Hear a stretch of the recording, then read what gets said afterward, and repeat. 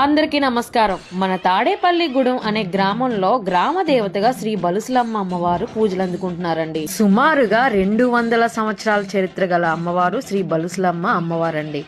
ఇక అమ్మవారి ఆలయ చరిత్ర వచ్చేసరికి పూర్వం ఇదే గ్రామంలో అమ్మవారు 200 సంవత్సరాల క్రితం బలుసులు అనే వృక్షంలో అమ్మవారి విగ్రహం అయితే లభ్యమైందంట.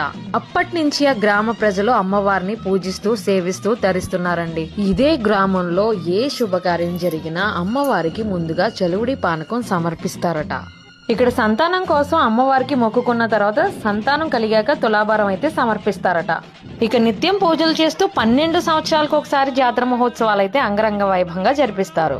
జాతర ఉత్సవాలు జరిగిన టైంలో ఆ ఊరిలో ఏ కార్యక్రమాలు ఏ శుభకార్యాలు జరగవట. ఇక ప్రతి శుక్రవారం కొన్ని వేల మంది భక్తులకి అఖండ అన్న సమారాధన కార్యక్రమం అయితే జరిపిస్తారండి.